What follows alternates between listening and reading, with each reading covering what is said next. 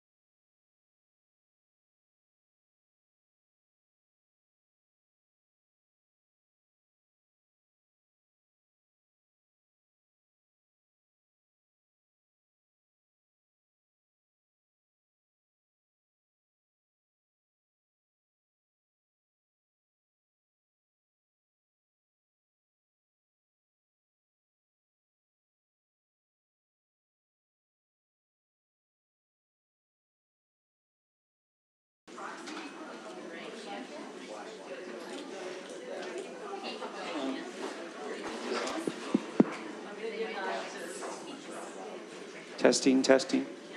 Can you guys hear me okay through this? Is it not loud enough?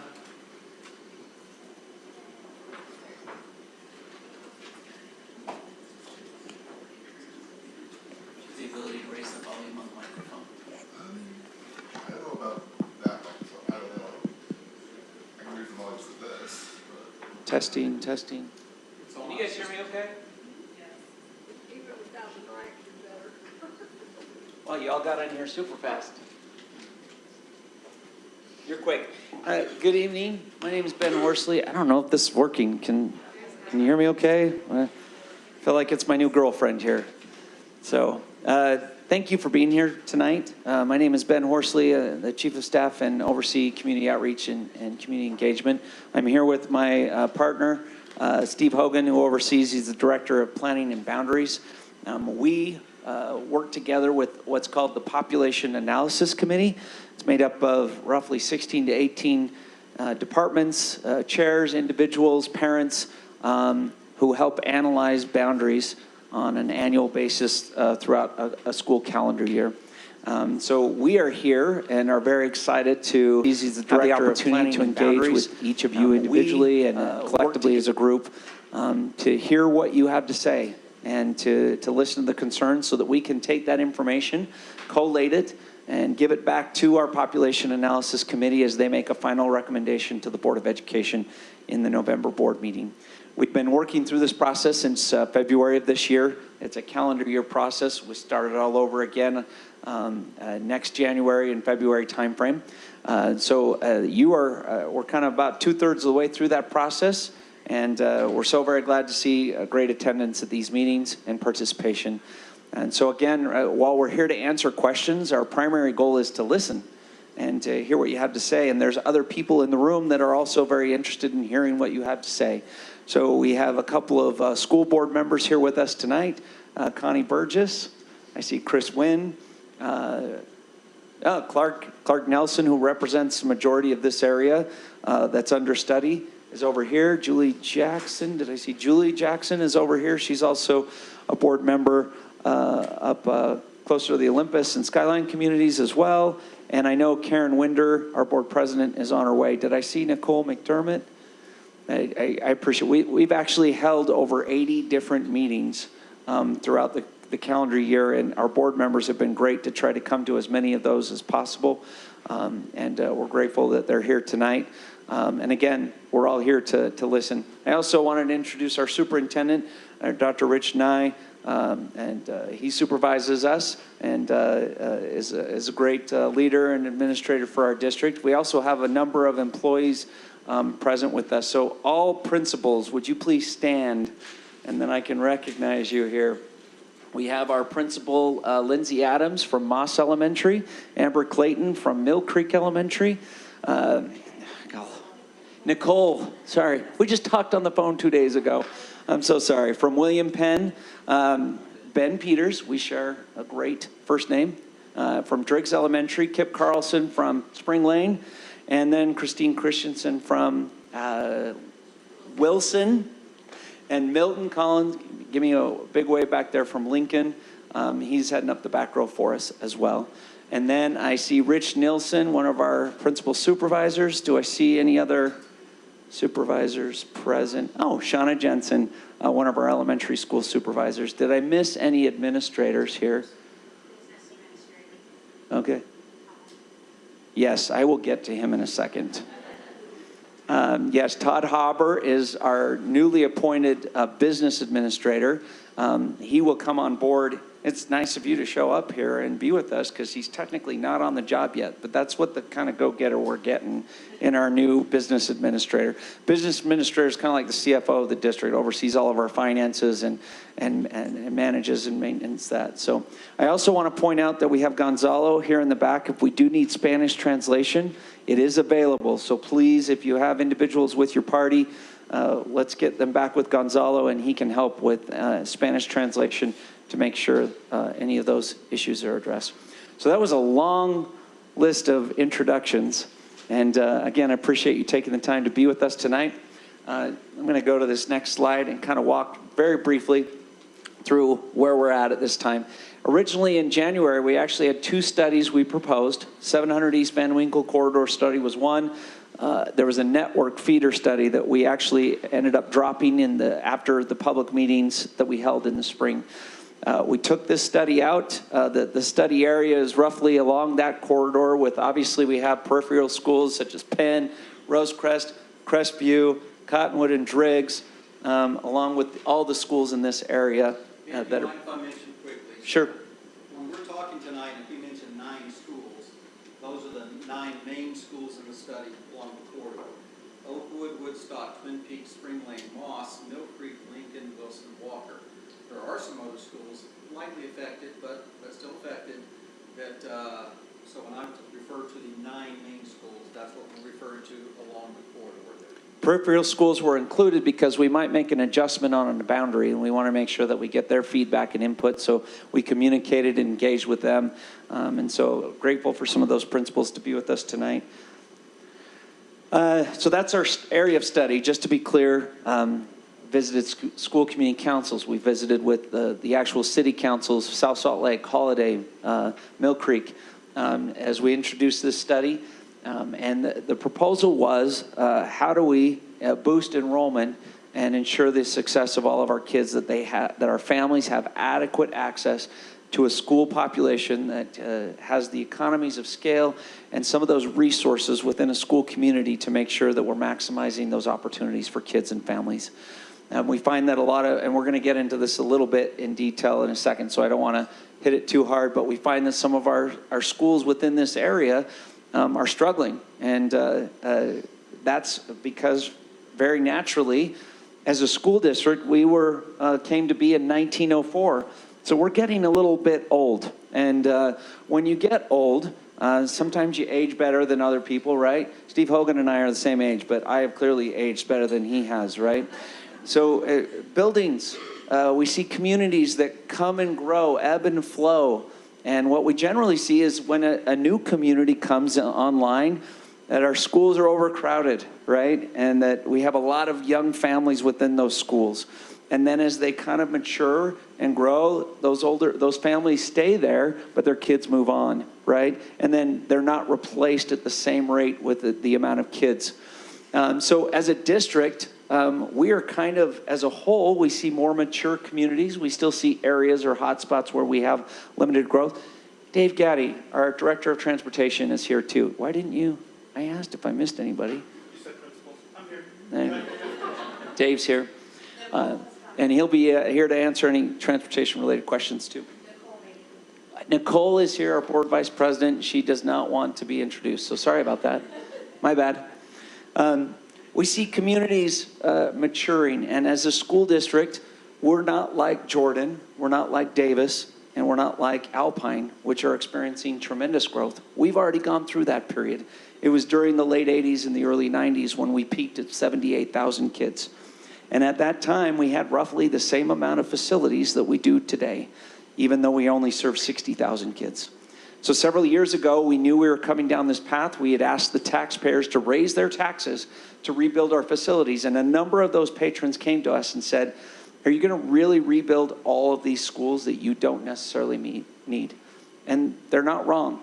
We have a number of schools throughout the district, not just in this region, that are sub 300 kids in them. And these are buildings that were designed and intended to house 700, 800 kids.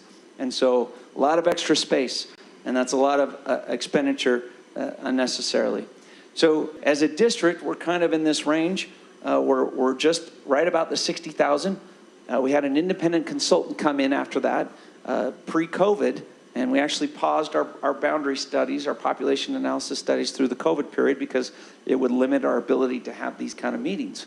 And at that time, that independent consultant, Davis Demographics, told us that our population, with current birth rates within our footprint, would continue to decline. And that despite seeing mass development in some areas, Wilson Elementary, for instance, had over 600 kids just a few years ago. 700 kids, she just corrected me. They have almost 7,000 new apartment units within their boundary, and now they're down to 300 kids. So new development, especially single or multifamily dwellings, apartments, don't necessarily equate to more kids. We need more single family, and we'll see some of those communities recycle over time, but it's not expected that we will ever hit the peak that we were at in that time period, way back when, in the 90s when we were 78,000 kids. Jordan, on the other hand, a lot of our families are moving out to places like Jordan for larger homes and larger neighborhoods and areas. And so they're getting the surge of those kids and those families that we have lost over that time period. And I'll just add on this. This is a 20-year snapshot. This is the last 20 years. It shows us at around 70,000. I think we have been a high of around 75,000 in the late 80s, early 90s, back when schools were year-round and needed space. And you mentioned earlier that Davis Demographics and our data tells us we'll continue to go down for at least a few more years. Probably, the projections say around 57,000. Yeah. That's what the projections. So we actually expect to lose a few thousand more students over the next few years as well. I'm going to turn the time over to Steve to talk about the small school concerns and why that's an issue. Thanks, Ben, and thanks for that intro. Obviously, we're going to, reminder, just like all of these open houses, we'll stay here as long as you want. We'll go through this presentation, ask questions as you want to, but even when we're done with the slide deck, I think the last couple of open houses, we've been pretty late. But if you want to stay here, and we'll answer your questions as long as we can. Let me talk a little more about why this is important. Why is it important that... or why is it such a deal that we're losing students? Some people say, well, that's fine. Let's just have small schools. Aren't small schools great? Perhaps in some areas, but we also know that in our district, and I'm pretty confident when I've talked to other districts around the country, that there are kind of sweet spots. School can be, we've heard for a long time about schools being too big, but they can also be too small. Ben mentioned kind of an economy of scale, and that's one of our issues here, is we're trying to get a sweet spot where we think there are the best educational outcomes. In our district, we've identified that. How's that working? It's hard to hear. Are we good back there, Stacy? Okay. Let me know if I pull that too far. Our best educational outcomes, particularly in elementary, is when we have a minimum of 3 teachers per grade level. 3 teachers per grade level. I'm going to go over why that's important. By the way, we've made some tweaks. This PowerPoint has been on our website, the district. We made some adjustments to it today. We'll get this new one up. Or is it up already? Okay, it's there. So you can look at it later if I miss something, or if you want to look at it and study it and call me back. Why 3 teachers per grade level minimum? Let's look at that. A lot of you have seen, there's 2 slides here, what we call small school concerns. A lot of things happen when you get, again, too big or too small. I'm not going to go over this list yet. First, I want to go over a comparison, an example, and then I'm going to come back to this list, okay? A lot of people have asked me, well, what does that really look like? Because I talk about the bullet points, but let's look at an example. This is, in fact, 2 anonymous schools. I'm not going to name them in the district, but 2 schools, we're going to call them A and B. They're both K-5 schools. One has an enrollment of approximately 275. By the way, neither of these schools are in the study, so don't try to guess which one. I purposely picked 2 that were not part of the study. So one school has approximately 275 students, and I rounded this off to make it simple math. The other, about 575. When you have that number, now 27.25, that's simply our FTE. The state, the legislature gives us money. Each district has to decide how much money we get per, or not money, but how we apportion that out. And that comes to an average, long story, simple math, 27.25 students per teacher, or what we call an FTE. So HR says, school A, you have 10 teachers based on that average, okay? And most districts are about the same average. They pretty much have to be. You could see slight variations, but pretty dang close to the same numbers. So you divide that out, 10 teachers for school A, 21 teachers for school B. Obviously, just kind of a repeat, average students per classroom. You know, of course, like we know, is that that's not the exact number, not just the 2.5, but some are higher and some are lower, okay? But it's an average, and we have to work with averages. That means if you remember, kindergarten so far for most of our schools, we're talking half days. So if there are 2 classes, oftentimes that's most of the time it's 1 FTE. But if you average that out for the smaller school, that's 1.5, 1.5 average per grade level. 3.5. And quite frankly, when I looked at that school, it says 3.5 by the numbers, but the way the staffing works out, most of those grades were 4 and a couple were 3.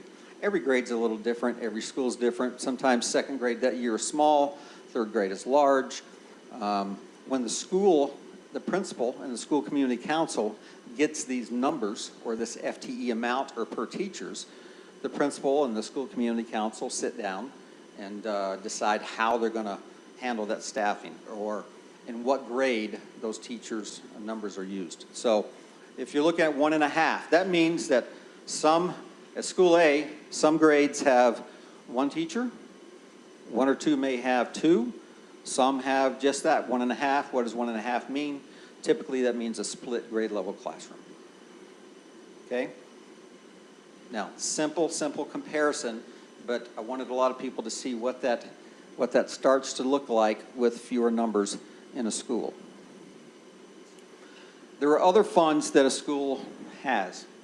For years and years, we've had what's called trust lands funds, TSSA funds. Those are the 2 that are pretty consistent for us.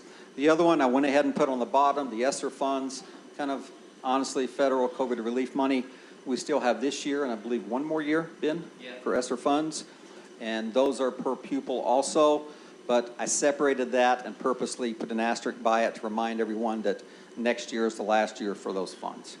But why are those funds important? Again, after FTE comes out and you get per pupil funds for these other things, that's where a lot of the differences lie in our smaller to larger schools. If you have more students, you get more trust lands funds, more TSSA funds, which a lot of schools use to buy, with those funds. You can, say you have a 1.5 or a split level. Maybe you want to not have a split class. You make it an even 2 teachers. Additional teaching positions is what I'm talking about. Behavioral health assistants, playground help, classroom aides, extend your PE, extend your art classes.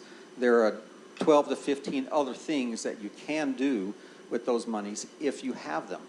If you're a smaller school, you don't have as many monies to do that. Simple comparison. A lot of people have been asking me for a comparison like this to look at, but let me go back to some of the things that we've been talking about for small schools.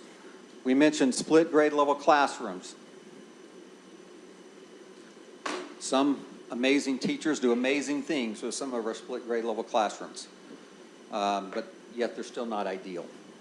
Lack of parental choice to match learning style and increase student success. Even with 2, let's say it's not split level and you have 2 teachers. If for whatever reason it's not happening with your child in that classroom and you want to change, okay, there's one other option. What we often see though is when you only have 2, you may have one class that's really high and one class that's really low for multiple reasons. And I've seen it as a former principal where I've had a superstar 25-year veteran teacher that was one of those 2, and the brand new rookie teacher, that was the other one, that was good and was going to be great. But what do parents typically want in that situation? Yeah. Some teachers perhaps go out on long-term sick leave. As a parent, I've seen that also. One of my children had a long-term sub for almost half the year. Concerning as a former teacher and principal. That was very concerning. A lot of reasons that having only 2 versus 3, 4, in some cases 5 or more teachers per grade level provides a lot more flexibility. Our professional learning communities and Granite Way processes are much less effective when you have 1 to 2. Difficult to team teach. Reduced per pupil funding that we've talked about that create lack of funds for extra staffing and other program supports. So all of those things. Harder to maintain effective school community councils, PTAs, and other parent volunteer efforts because there are simply fewer parents to draw from. I'll go ahead and talk about this one for a second. I've seen this over and over and over the years. The same parents that you see on school community council, that are in the PTA, that are doing fundraisers for you, that are there at every event, and it's hard. It's hard for the parents. This also happens with the teachers, though, keep in mind. Teacher workload concerns, fewer teachers. We're seeing, quite frankly, more and more teacher burnout. Realize that whether you have 650 students in a building or 200, the same number of things typically have to be done, the same number of committees, the same number of whether it's helping with lunch duty, recess, bus, you name it, there are a lot of things that have to be done in a building. And I'm seeing some principals shake their head like this. I won't point you out right now, but I'm seeing principals shake their head because it's very, very difficult. And in those schools specifically, when I talk to them, one of the first things they say is, Steve, my teachers are tired. They're doing so much, they're tired. One ineffective classroom can greatly impact a school grade. Now this one kind of drives me nuts because I'm not the biggest fan of grades given by the state or a committee or created in a way by the state where each school gets a grade. But the reality is when people move into our communities, especially from out of state, what do? They go to the website and they look up a school's grade. The grade is just that, a grade, but of course not a total reflection of the job that a school is doing. But that's what we have to live with. If you only have 10 teachers and one teacher is struggling for whatever reason, again, for a lot of different reasons, obviously 10% of that grade is one teacher versus 20 to 30 teachers, it affects the grade differently. Again, simple math. Eventually, all these other things being even, it certainly is not an efficient use of our resources or taxpayer dollars. That's kind of what we're talking about with fiscal responsibility. Having said all of that, some of you, and here of course, have students in what we would call a small school. There are quite a few small schools in our district right now. Does that mean that your child is getting a poor education or is doing poorly? No, no. We have some children that are students that are doing really, really well. And that's kudos to oftentimes you as parents and families and and those that are supporting those students and the student themselves. But we can say with a pretty high degree of confidence now that those that are doing well in those circumstances, we believe would be doing even better in a little larger school with more resources and a better economy of scale. Okay, it's pretty stark in the with the data we've looked at. Questions about those yet? How many of you have seen some of this content already? It's some of the things we've shared in our previous meetings, so. I have a quick question. The three schools that are potential identified, there are three potential third school closure. How many split classrooms are there of those three schools? And these in specific areas, the 9 schools, let's go through. How many do you have? You don't have any? What's your average teachers per grade level? Are you, and I got to put you on the spot, are you subsidizing those with some funds? Okay. So you are actually paying and supplementing, so you don't have I split classrooms. qualify for 10 teachers and we have 8 teachers. Okay. Let's see, Amber. Starting Friday, we'll have one. Oh, okay. So after the October 1. Okay. Lindsay, No split classes, 3/4 teachers of every grade level. you're one of our larger populated schools in the area too. There you are, kid. Thank you. Yeah, first second grade split for the election use and also grade class.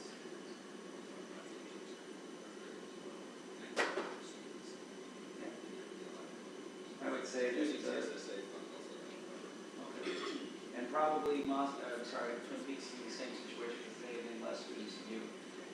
Yeah, I don't speak for. She's not here, Rebecca. I don't speak for Rebecca, but I think it's 2 or 3 split classes. So it sounds like, I meant specifically Moss and Mill Creek and Duncan.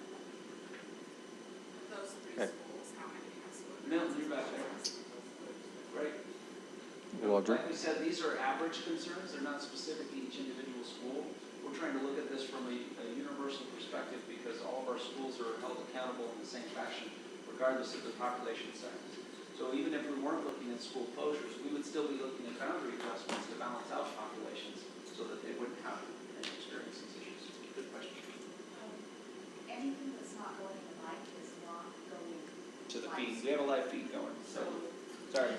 If you ask a question, I'll try to repeat it. Sorry. Remind me. Okay. Great question. So let me jump to this. Those 9 schools, again, that I talked about earlier, approximately, give or take 25 on a given day, but I counted them again today, pretty dang close to 3,300 students currently attending in those 9 schools. So if we average that out, again, simple math, nothing simple, but for argument's sake, simple math, if we average those 9 schools out, that would be 366 students. By the way, to get to that 3 teacher per grade level, we want to get that 500 to 550 range enrollment. 500 to 550 students gets us on average to those minimum 3, sometimes 4 per grade level, okay? If we close 1 school, that gets us an average of 412. If we close 2 schools, leave 7, 471. And then when we close 3, right at 550. Strictly coincidental. In fact, when I did the math, I just kind of had to shake my head at how that worked out. But because when we started this, quite frankly, a lot of people had 1 or 2 schools in mind. But when we really started to look at the data, and we tried a lot of different things and scenarios, that came up over and over and over. Yeah, I think the important thing to understand is this is kind of a minimum. We've not even broached the how big is too big, because that's also a concern, right? We wouldn't want to have school populations that were too big. We have some of our elementaries in some locations where we have high growth with 800 plus kids, and that's a lot up for an elementary school, right? Similarly for Granger High School, 3,400 kids. That's way too many kids for a high school. We'll be studying that school next year to try to adjust those populations. And in junior high, nobody wants to be in a junior high with 1,000 plus kids. That's downright scary, right? So there are minimum sizes and there are also the maximum. We're trying to bring up as part of this study those schools to really be are right at that minimum level where we feel like they can be maximize their success. I don't know if you mentioned this earlier, Ben, but even though we are a shrinking district overall, some people say, well, gosh, Steve, how's that possible? We have, again, growth in Mill Creek. We have in South Salt Lake, quite a bit of growth out by the New Cypress High School, further west. We have some growth. It depends on, again, on the type of growth, whether it's single-family homes. It just depends on the type. But we don't still have enough growth to outpace the other factors of lower birth rate, maturing districts, mobility, things like that. Okay? Well, let's keep going. We want to get to your questions here. So this is our summary sheet that kind of shows the 9 schools that are the primary portion of the study. You see 3 options up there. I'm going to go through the charts really quick. You see approximate capacity on the very left side. You see facility condition index rank in that second to left column. And then you see the school start time. That's something we need to take into consideration. We evaluate it, special programs, and the current population right next to underneath the name of the school. We have 3 options up here with 3 different types of closures. You can see Spring Lane and Twin Peaks are part of each and every one of those closures, and I'm going to explain that really quickly. As we assessed all the feedback that we got from our community in our community meetings last spring, it was very clear a couple of different things. Some of those is that Spring Lane and Twin Peaks have lost a majority of their boundary population to special permits. So in other words, people have already left those schools for a variety of reasons and gone to actually their neighboring schools. And so it did not make sense, especially considering some of the other factors that we continue to try to keep those schools open, especially because they are older facilities. And we wouldn't want to have to rebuild something unnecessarily. We considered, as a population analysis committee this summer, we actually went through and evaluated a 1 school closure in all 9 schools. We went through all 9 of those schools and said, what would happen if we closed this school? What would happen if we closed this school? Then we did that for a 2 school closure process. What would happen if we closed these combinations of these 2 schools, these combinations of these 2 schools? And then we did that for a 3 school closure. That's how we came up with that slide in terms of that minimum number. We actually, as a PAC, discussed bringing 6 options to the community. We talked about it at the beginning, the population analysis committee, right? With our community members and our special education, transportation, other folks bringing their expertise. I just want you to know it's not just Ben and I. He says we don't. About 15 to 20 people on that committee. We represent it, but we're here to take information back to them and share that information. So we actually considered bringing 6 options to the community, but 3 of those would have been 2 school closure options. But after we looked at the last slide, we knew that that would be insufficient, and we would have to come back in a few years and actually look at additional consolidations and or closures. So I want to be clear, nobody is high-fiving anybody over here at the district office about a potential school closure. Closing a school is a very challenging and difficult thing. The bricks hold memories. They're fond communities. There are strong elements within each and every program in school within Granite School District. But at the end of the day, we have to make some of these hard and difficult decisions. And so it was decided at that time that it would be disingenuous to bring 3 2-school closure options when that would not do what we needed it to do, and that is to bring the remaining schools, 6 schools, whatever those end up being, up to that minimum number. Now you can see that doesn't quite do the trick. Wilson, no matter what we do, their boundary population would still be in the 400 range. We also see Mill Creek's numbers are not creeping up as a result. Just know that we're not picking on this community, okay? This is area 4 within 5 areas that we have studied. We'll go back out to areas 2 and 3 next calendar year. We've already closed 3 schools in those west side areas. We'll come back in 2024 to Area 5, which is the furthest eastern portion of Granite School District. We anticipate additional closures in that and consolidations in that area. All told, our consultant told us to get to the right sizing of our schools, we would be looking at anywhere between 11 to 12 and maybe even potentially 14 school closures. So we actually expect that down the road, whatever the outcome is, that we would have to come back and actually address some of these other issues as well, trying to, again, bring the remaining schools up to that ideal population. So with that, you've seen the boundary maps that are out here. We provided what the anticipated transportation options would be. The night is yours. What questions do you have for us? What do you want us to hear or know about your specific community that would help us guide these decisions and make recommendations to the board? I'm going to start here with this nice lady, and I ask you to use the microphone so people who are online can hear us. And you almost have to eat that microphone. Okay. We all share the microphone tonight. So what I'm wondering is, looking at your summary options that you just showed us, could you maybe actually go back a slide just so I can make sure I'm saying the numbers right?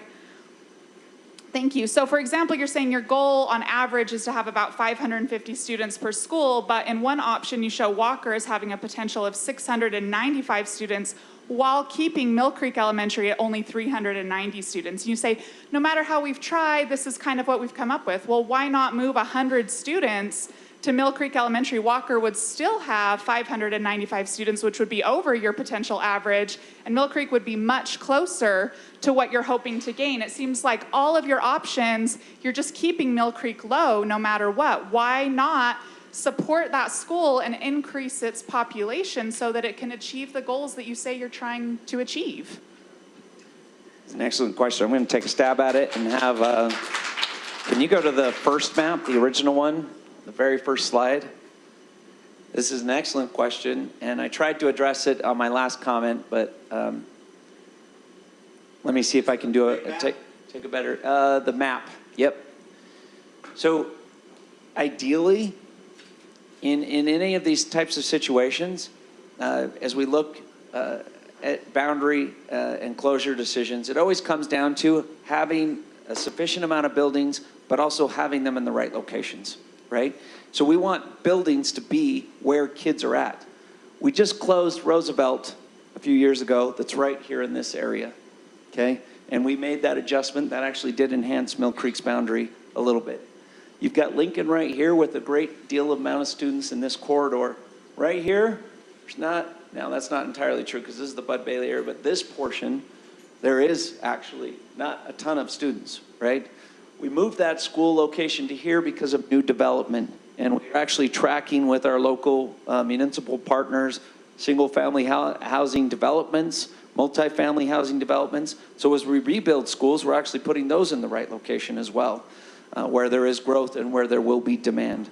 At this time, based on this study, we can't meet all of our goals. We're trying to do the best we can. And ultimately, if Mill Creek remains open, which it's only on one of these closure options, that we would enhance that boundary over time. So as we come back in 2024 and discuss these consolidations and closures, I can see some further adjustments to boundaries to beef up their enrollment. Because you're absolutely right, we want to get it up to 550, right? Did I miss something on that? No, I just want to add a couple of things. There's anticipated future growth coming into the Walker area. Okay, that's something that, especially in this area around the school a little bit, but in this area, currently Moss, but anticipated going to in this projection. But there's more growth coming to that area for one thing.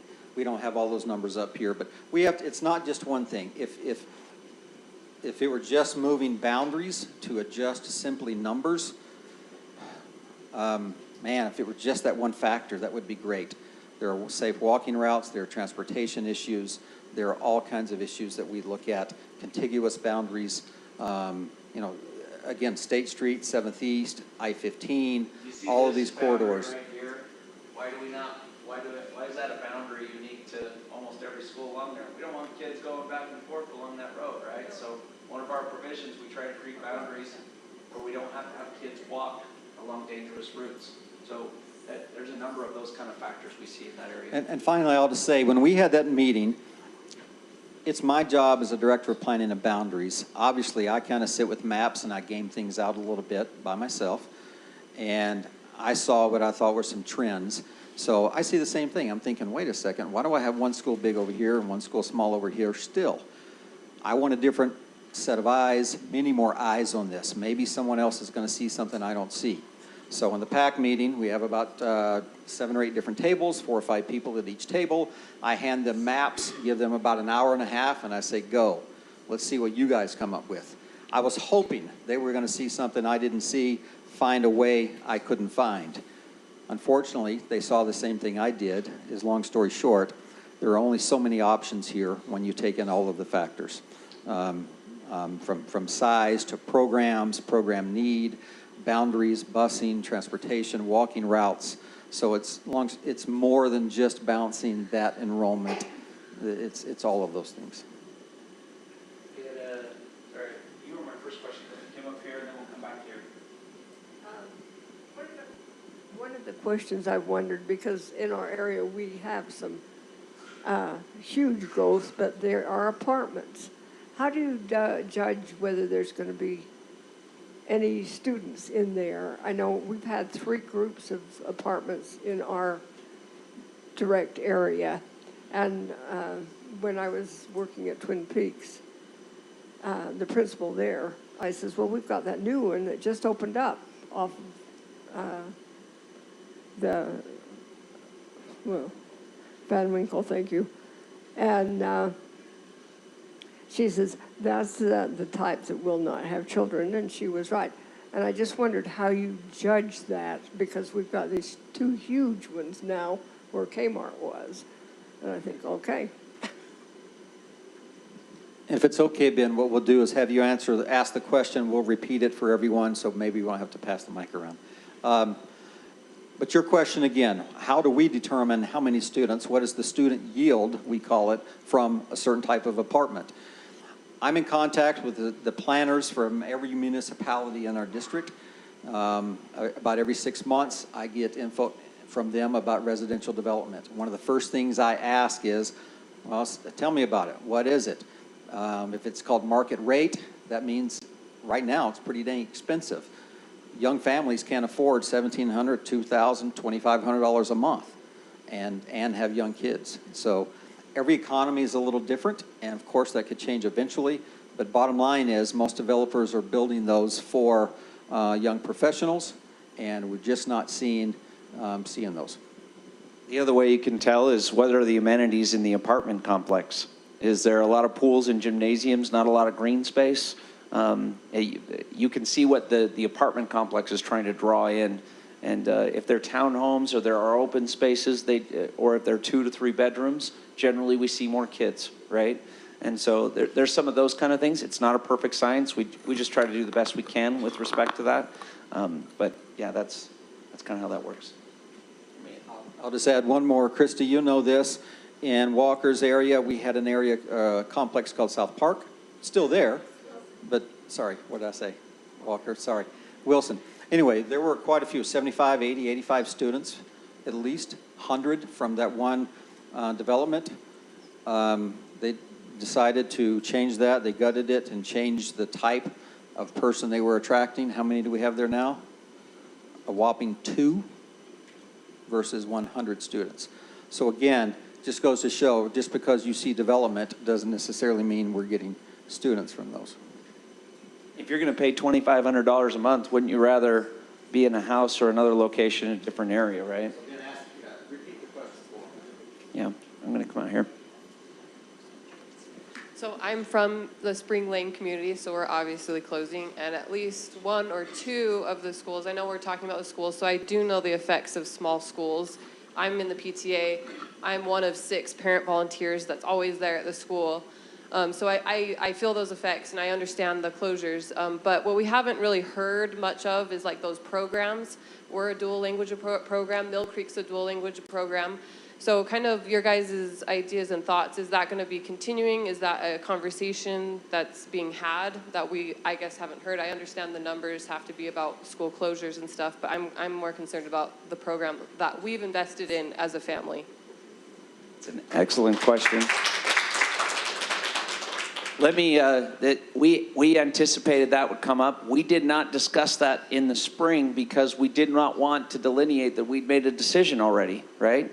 So we kind of knew what the answer might be at a 30,000 foot level. I think we're a little more comfortable getting in the weeds, but most importantly, we kind of want to know what you think about it too. So I'm going to try to answer that question and then open it up to other thoughts or comments about how that might work. If Mill Creek was a closure option, we would work to guarantee access for our families at Penn's program. So we would look at the options that are available there. We do feel like there's a sufficient amount of space and opportunity for those kids to convert over to there. And we would work to make that happen and guarantee those spots for those families. If, with respect to the Spring Lane dual language program, we've talked to Eric Bailey, the principal at Oakwood. I visited their school community council and we kind of speculated about what that might look like. There's not really, if you look at where, on all the options we're placing Spring Lane, the reason we're doing that is because a majority of those families already attend Oakwood, right? So it makes sense to have those like communities continue to go to the school location. That was really interesting. I don't know what was going on there. Oh, okay.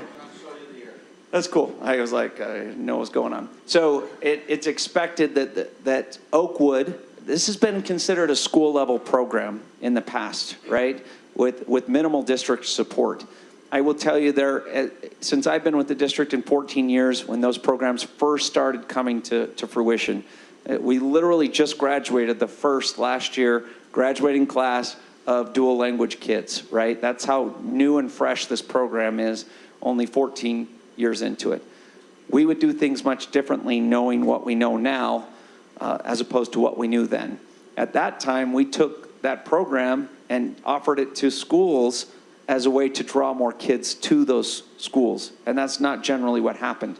And when you take a DLI program, and we've worked closely with Sherry Sorensen, our language specialist here at the district office, you generally need to have at least 600 kids to maximize those class sizes and balance those, because what invariably happens is you have really large DLI classes at the younger age groups, smaller English-only classes at the younger age group, and then those go inverse as the kids get older, and you have really large English classes at the end of that road and very small DLI classes. So with a larger population, you're able to balance those out better and make sure there's equitable opportunity for all students.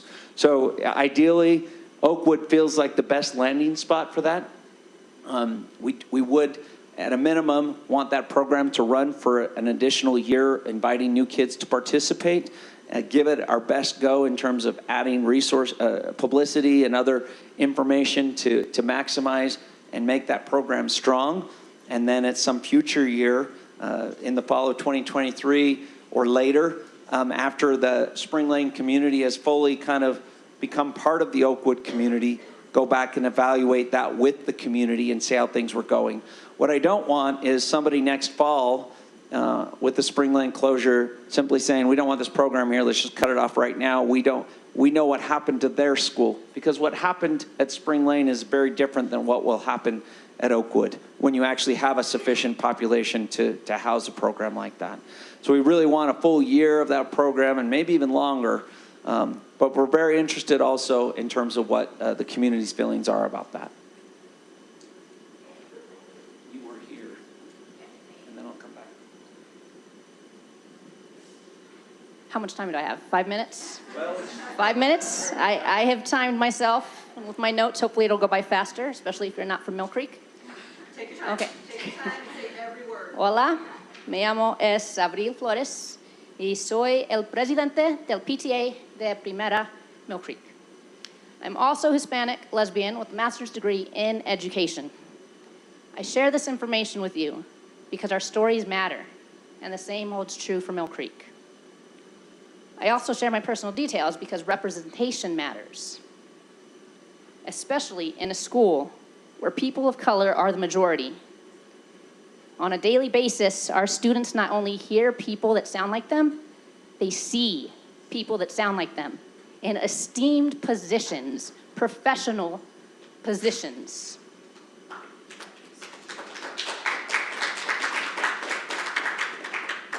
So So my family's Mill Creek story began 4 years ago, and I just haphazardly applied to get my son in preschool. And I knew nothing about Mill Creek Elementary, which is very unlike me. And many of you might not know a lot about Mill Creek Elementary, and I feel like this is a great segue into your last comment back there from Spring Lane. So thank you for your comment about DLI programs. But hopefully you guys will learn more as I speak.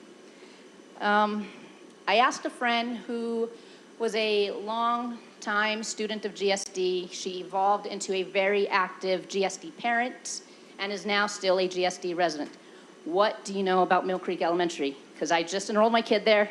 We know nothing. And she said, very simply, Mill Creek is a small school. Catching the theme here, right? Small school. But it has an incredible community. It's very diverse. Y estoy de acuerdo con mi amiga 100%. Mill Creek is home to people like me and many more.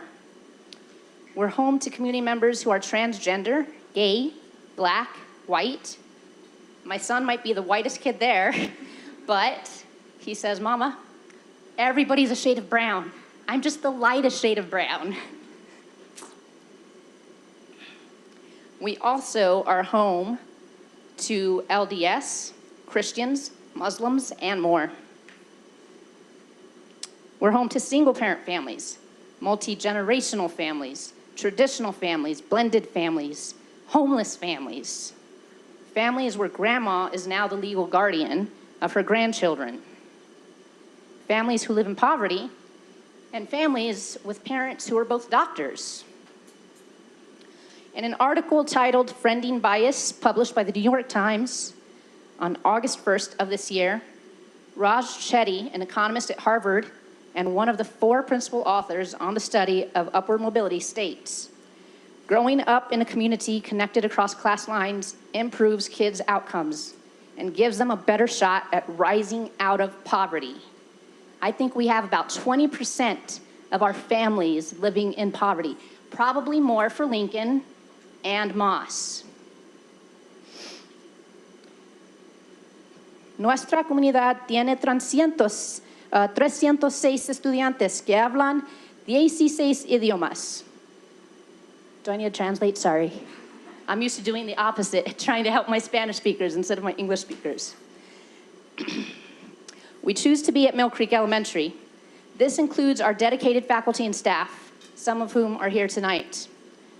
And they have to remain neutral, so if they don't clap for me, I won't be offended.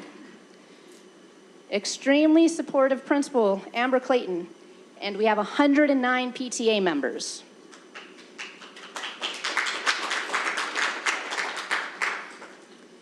It also includes our DLI learners, many of whom are here by choice from all over the Salt Lake Valley.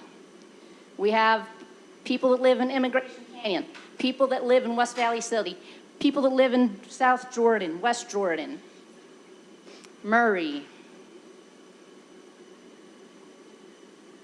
Oh man, I lost my place. Excuse me. Okay, here we go. Again, all of these people chose Mill Creek Elementary and continue to choose Mill Creek Elementary. Amber Clayton has been leading our school since last fall. Since then, our community has been part of amazing opportunities. The district can't always provide programming to our school because we have low enrollment. So, our community seeks out programming and enriching opportunities for our students. It'd be easy for Amber to say, no, we don't want partnerships, we don't want programming, it's just too much of a hassle. But she doesn't, she says yes. Thanks to our staff, upward of 40 or so community partnerships with our school, and our supportive administrator, our Mill Creek community, has been read to by Olympians. I'm almost done.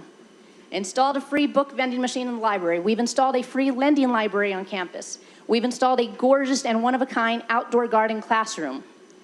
Our PTA also received multiple local and national rewards and recognition. All of this occurred just within the last year. pretty impressive for such an escuela pequeña, ¿verdad?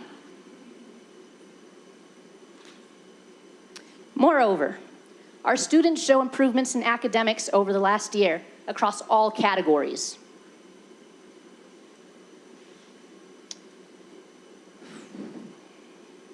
Our students are growing, and we can help others grow too. Not too long ago, someone asked me, do your parents show up? Are people involved, or is it just the PTA board who do all the work? Very similar to what she said as well. So let me ask everybody here today, if you are here in support of Mill Creek Elementary or representing Mill Creek Elementary, please stand up.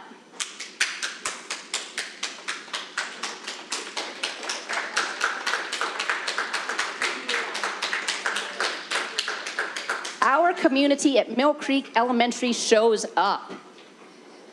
Okay, I want to close by sharing a dream and a proposal. Trying to get all the big guys of mine. Last year, someone from the district came and asked, right? Parents were being interviewed. If money were not an issue, what are your dreams for Mill Creek Elementary? Mi sueño para Mill Creek es este. I propose that Mill Creek Elementary become a super hub for the district. Knowing how dedicated our faculty, staff, and PTA are, and how very ambitious Amber Clayton is, I propose that Mill Creek Elementary become home to Spring Lane's DLI Chinese program, since we already have a DLI program in place. Fill our halls with English, Chinese, Spanish, any other languages you want. We welcome them. Furthermore, no, I'm not done yet. I propose that we also become home to a GT program. Some of our students continually test at the top locally and nationally and can benefit from a GT program. Why aren't they there already? Because they choose to stay at Mill Creek. They don't want to go to Woodstock or all the way to Kearns. And I think Kearns, please correct me if I'm mistaken, is the only DLI and GT program combination on the west side or in the district. So to have a GT and DLI program at Mill Creek Elementary would be absolutely amazing. And it would help our small school grow larger to serve even more GSD students. So I kindly ask the PAC and board members present to do as our community does. Show up and choose Mill Creek Elementary. Keep us open so that we may continue to grow and enrich the lives of our community.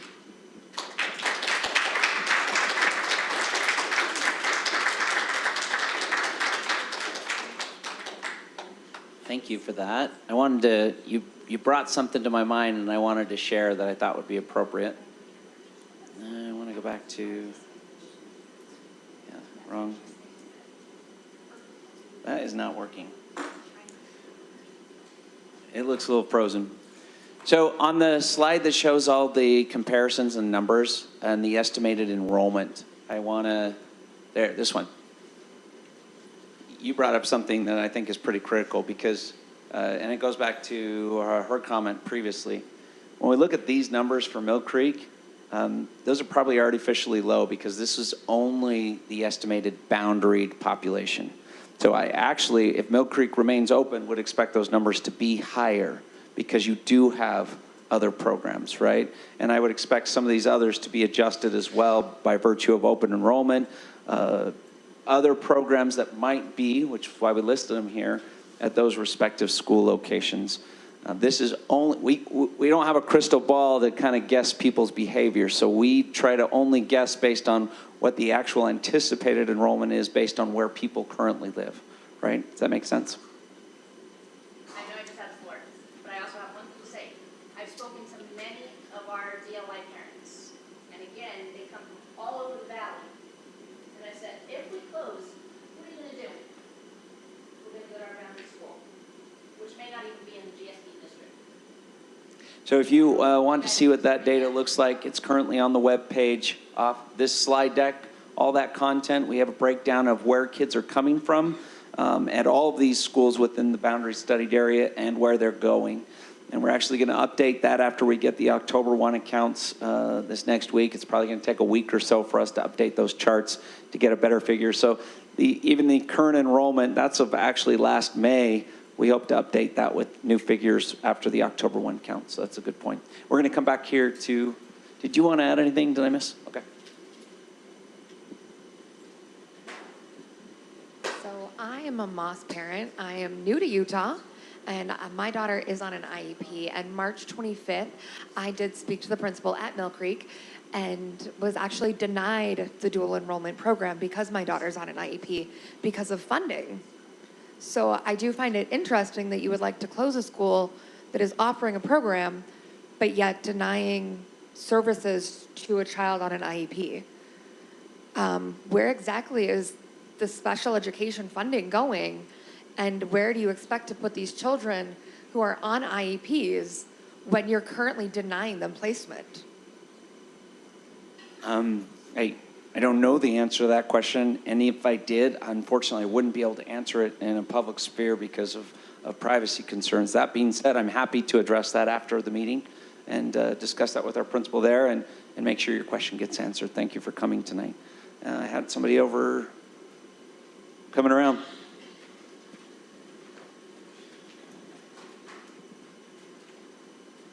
So I'm just curious, if Mill Creek does close and you're moving dual immersion to William Penn, what does that look like at William Penn? Because all of our dual immersion teachers are at 32 students already. Are you bringing a second dual immersion teacher over?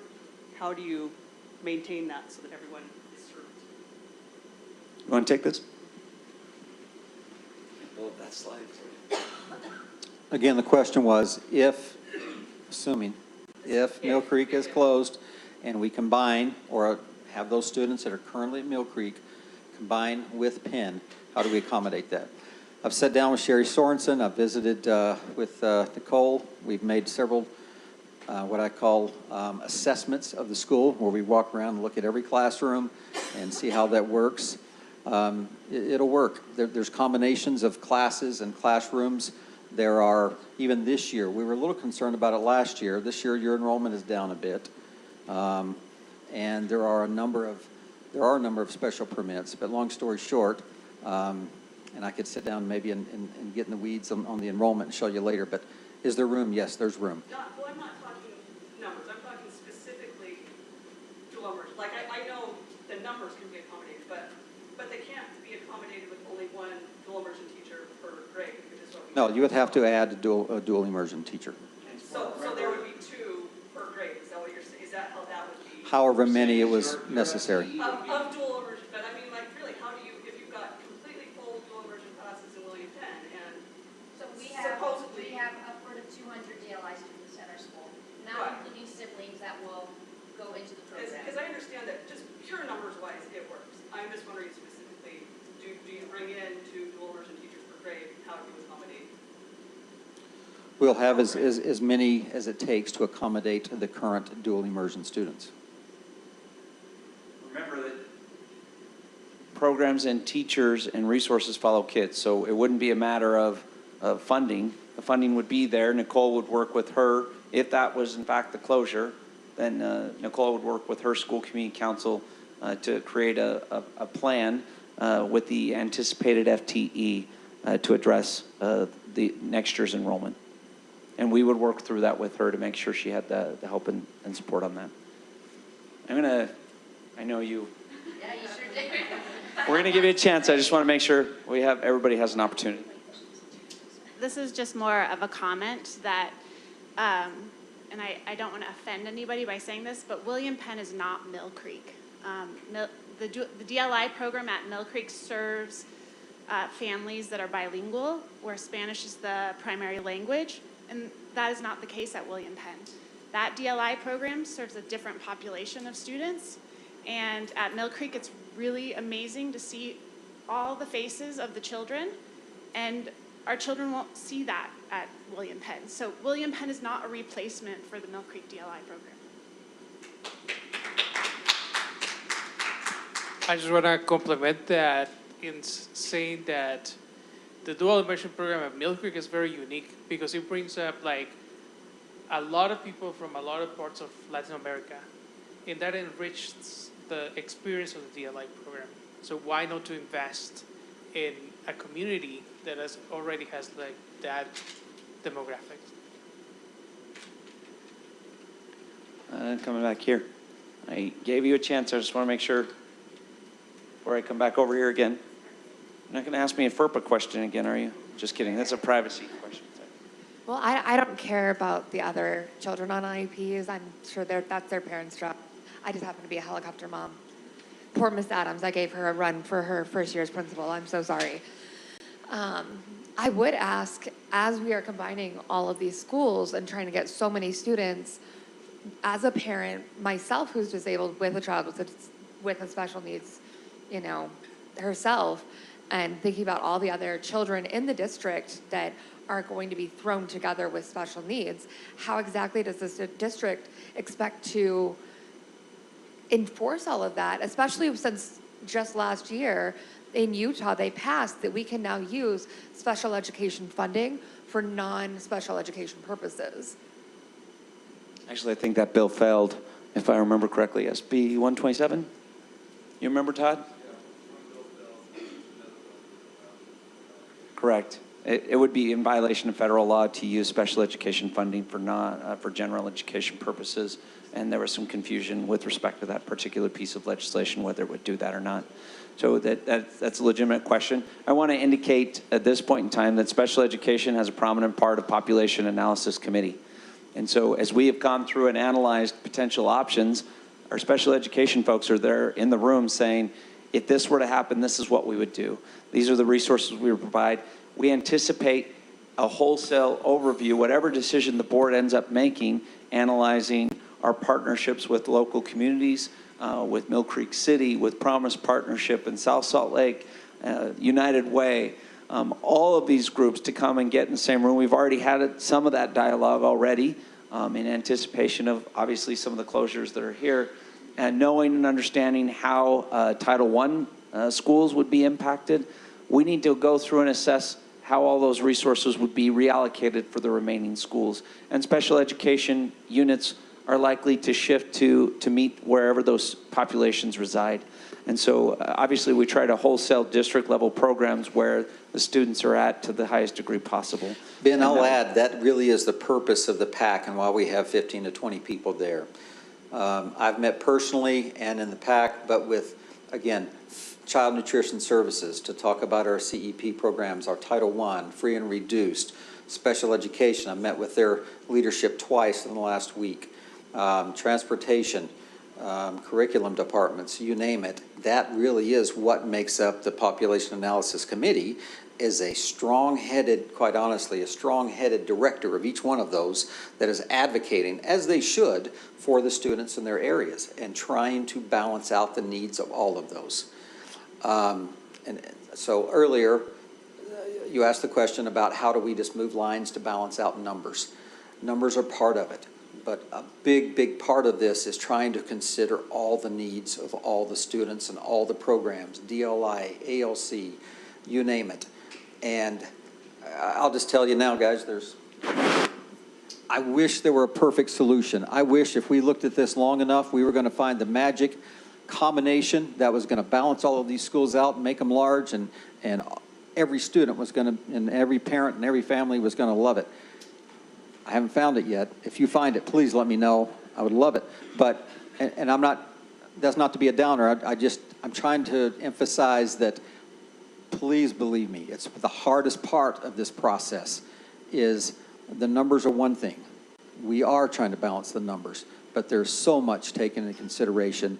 And there's been some good, strong conversations about all of these groups and trying to balance the needs of all of them.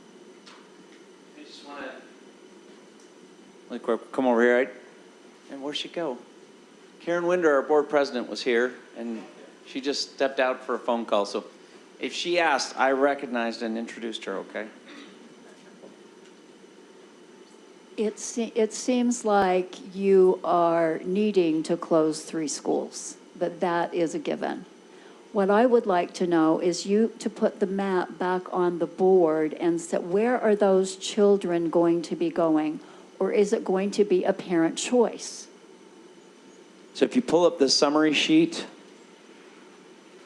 and if you go to our, yes. Which one? I mean, there are three options, but this map, ma'am, is that the one you're referring to? No, she was talking about the summary data sheet.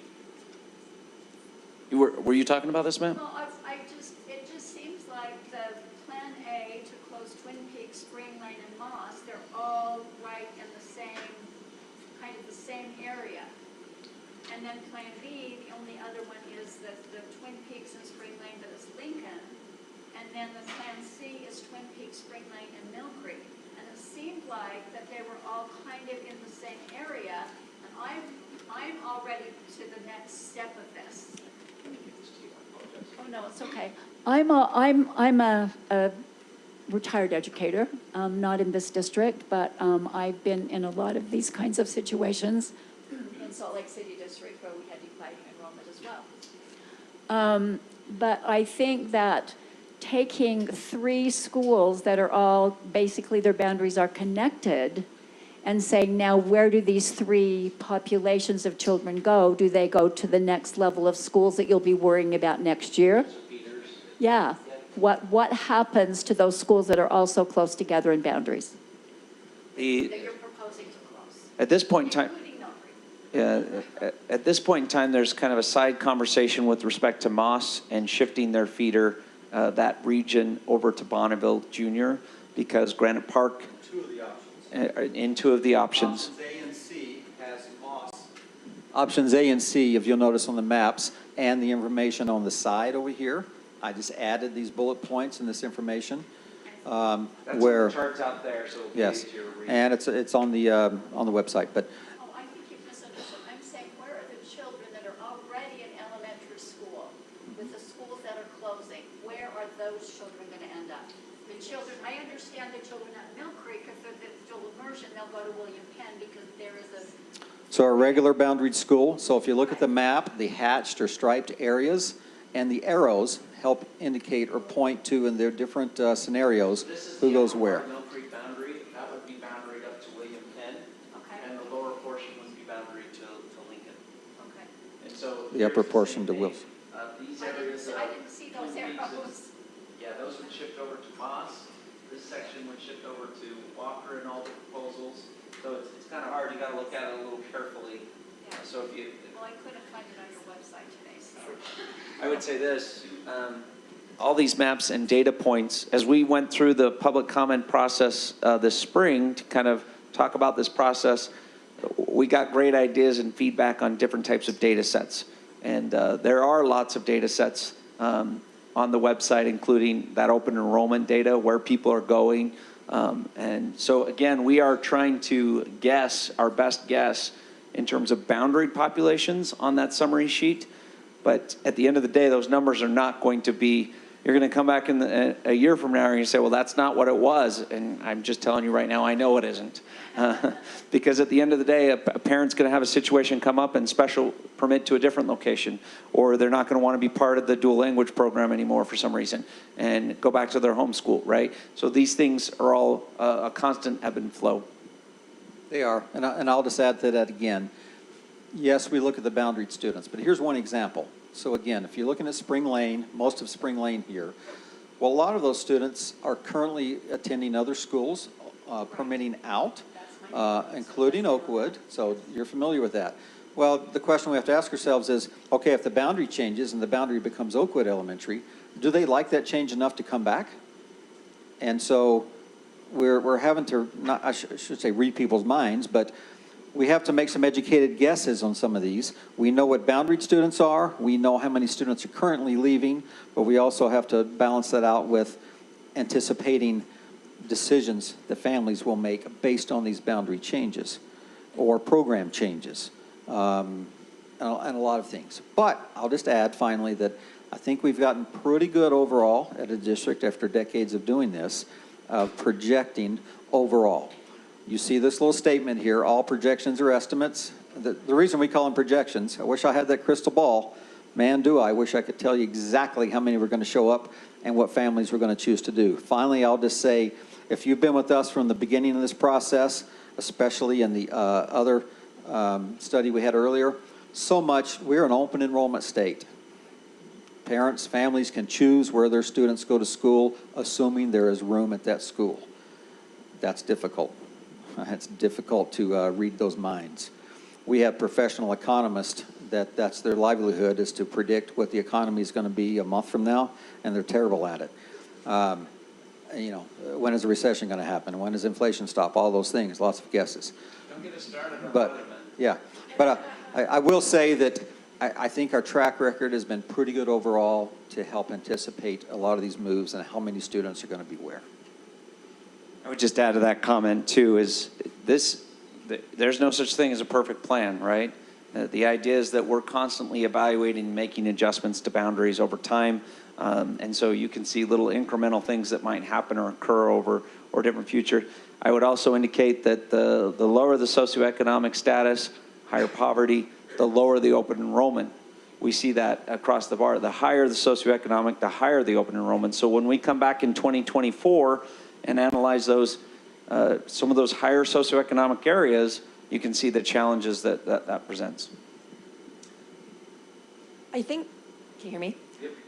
I think there's some biases. Can you go back to the population study, the numbers? I see some bias in the numbers, and I just want you to explain this.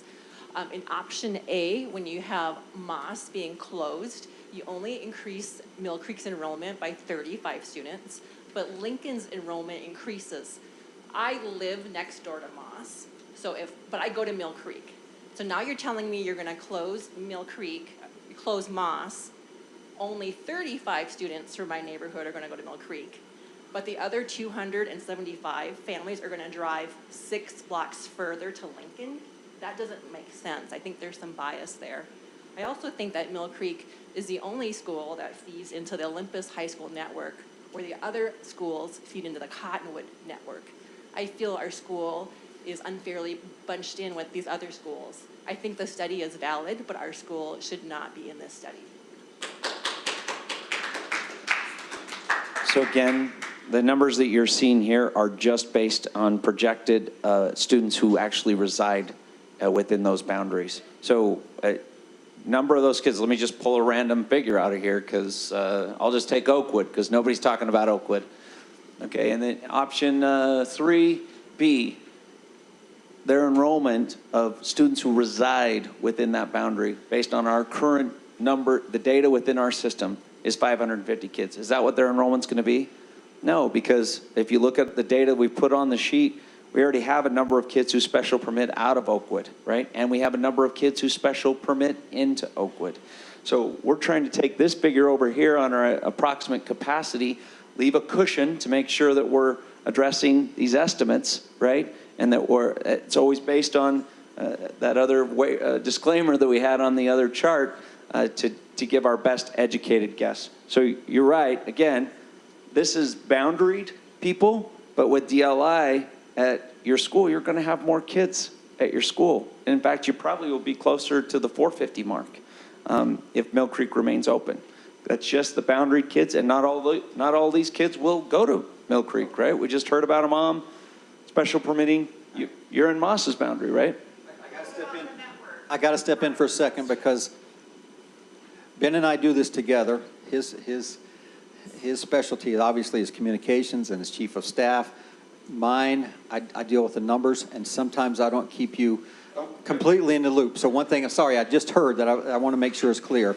Actually, these numbers are included in this graph, or in this table, are included with our estimates on the DLI, other programs, and special permit students. Okay. So just to be clear, sorry, I apologize. I don't think I caught that in time, but those are our anticipated numbers based on everything we know about open enrollments, programs, everything. Okay. Can you answer the network part of her question that she asked about Mill Creek being the only school in the Olympus network and these other schools being in the Cottonwood network? Can you address that part of her question?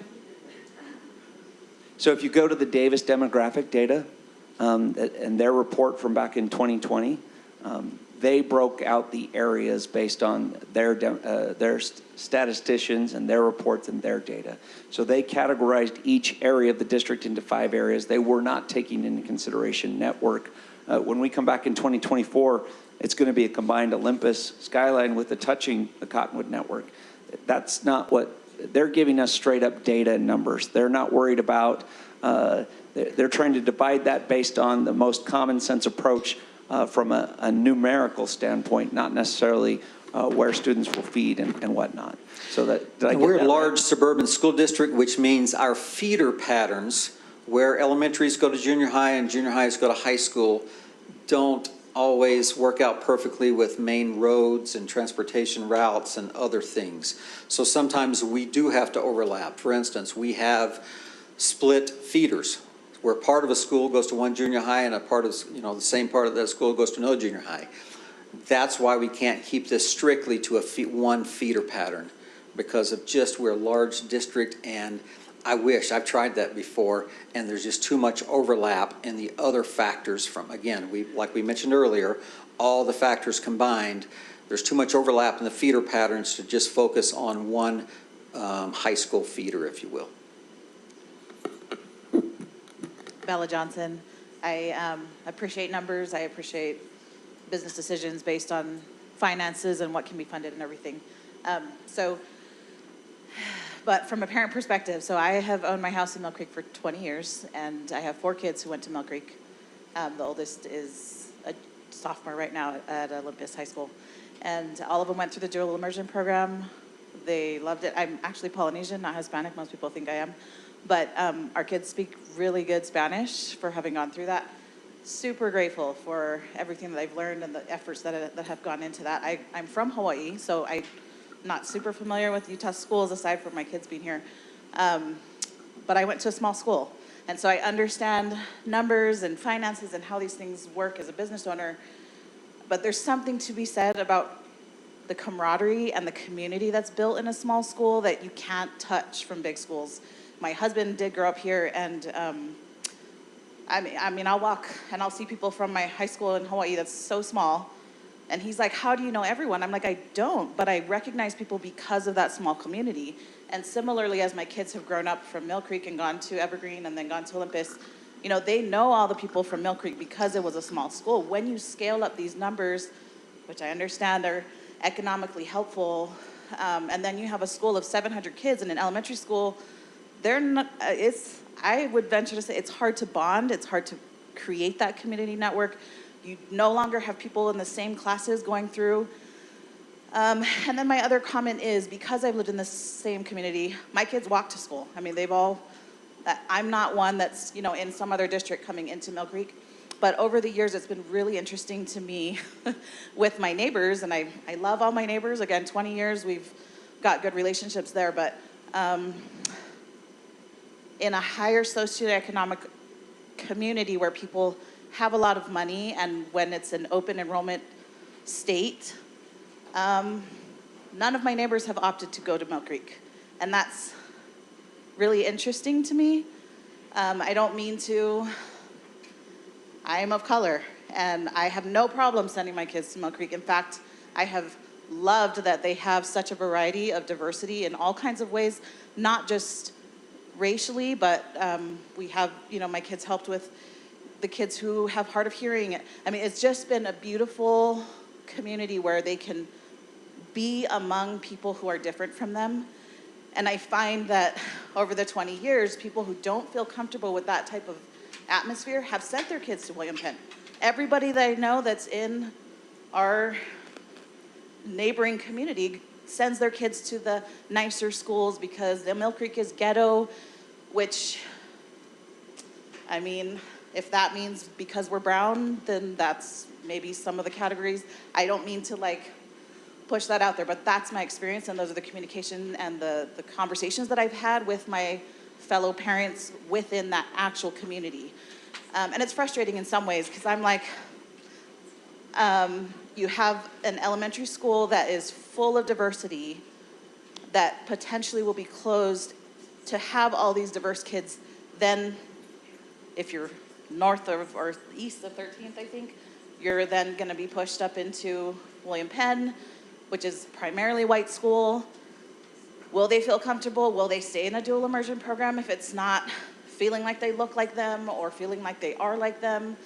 My kids aren't that brown, but in Olympus, they feel like they're the only brown ones. And they're fine, and they survive, and I tell them, bloom where you're planted. But these are things that aren't addressed in these numbers, and they're not addressed in, the studies of what makes sense factually. They're emotional, they're community built, they're things that are a little more along the lines of community and how do we build that, and how do we represent underrepresented communities within more affluent places, and having people come into Mill Creek in a more affluent area, even if the people in the community don't opt to actually bring their kids there, and that contributes to those numbers too. But that's my 2 cents as a parent, so thanks. Thank you. You didn't really give a question, but I did want to address it because I thought you presented a topic that was pretty important. And we're not asking you here tonight because we want to check our numbers, right? We feel pretty good about the numbers. We're asking it exactly for this type of sentiment. These are the things that we want to understand, the things that we don't know. I love your schools too, right?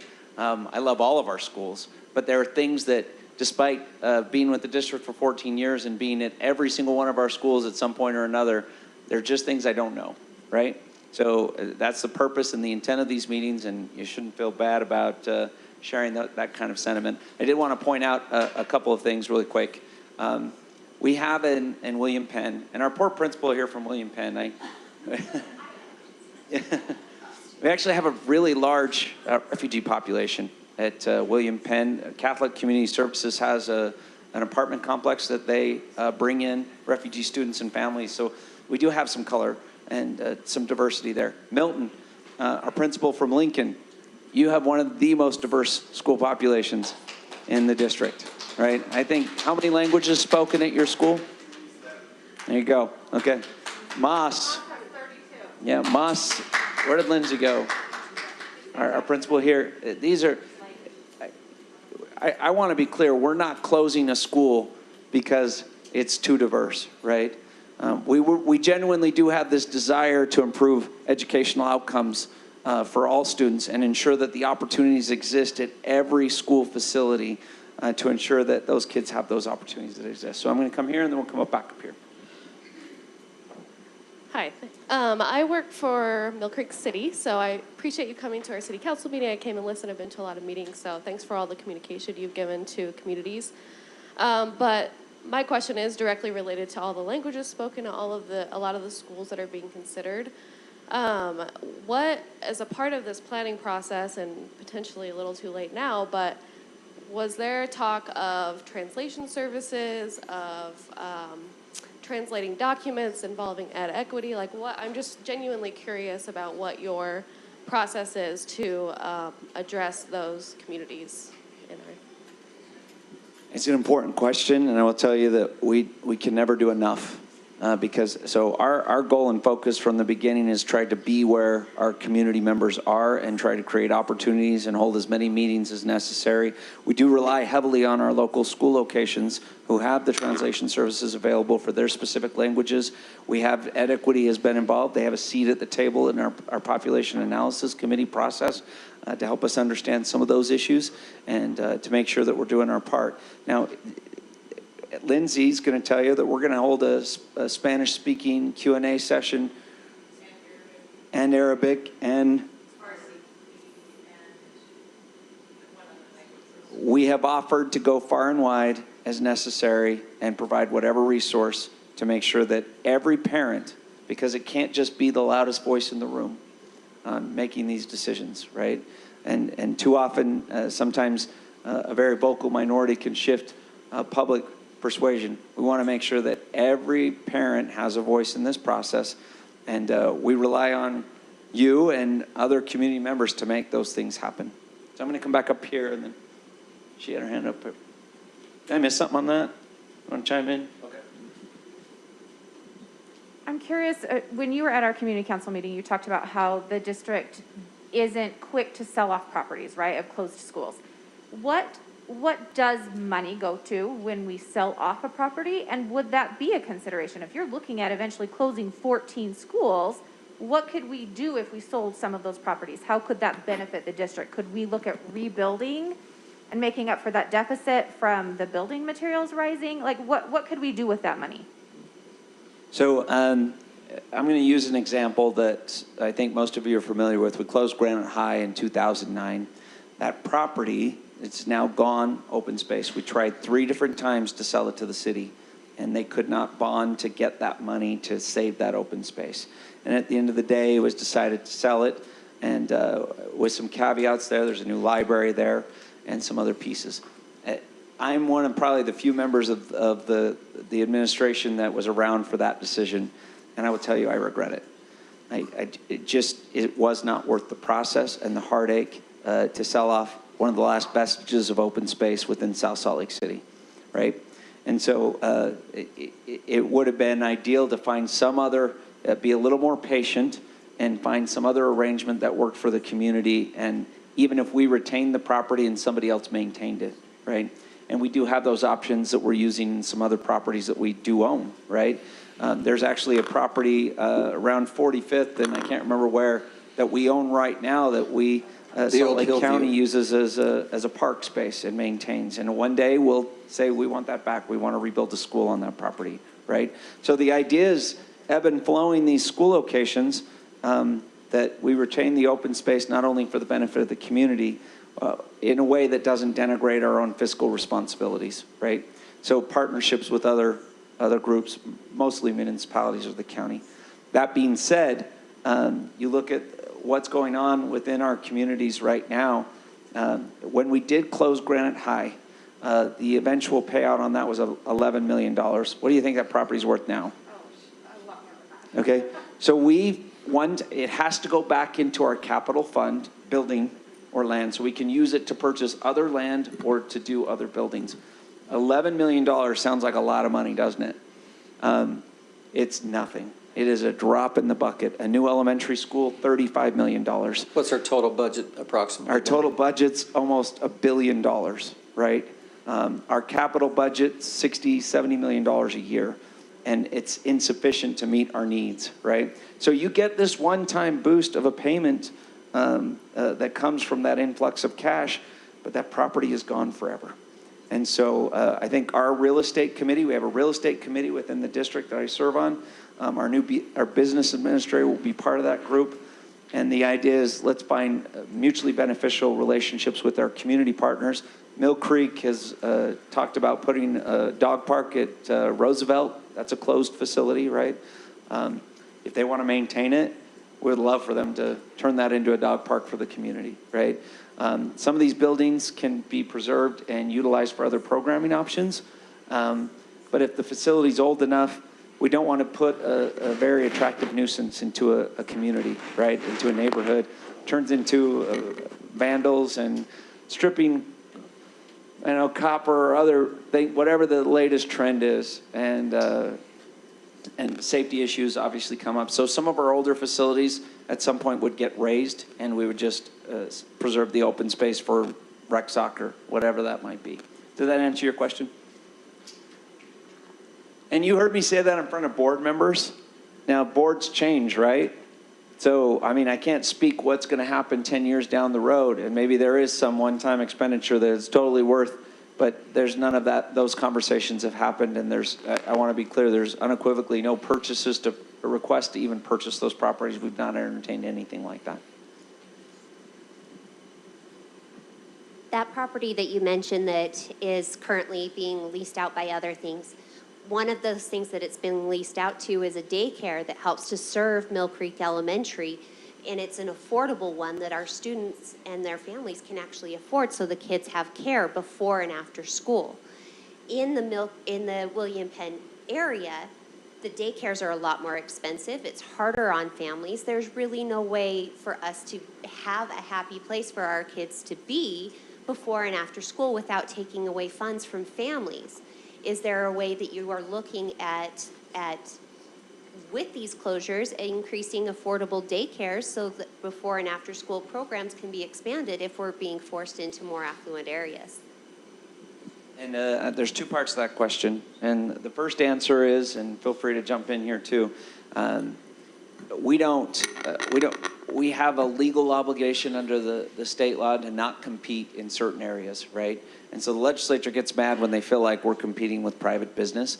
We can work in conjunction and lease out our buildings and spaces to appropriate entities to the degree possible at affordable rates. There's certainly opportunity that might exist there to ensure those opportunities exist for residents. We'd be very open to that.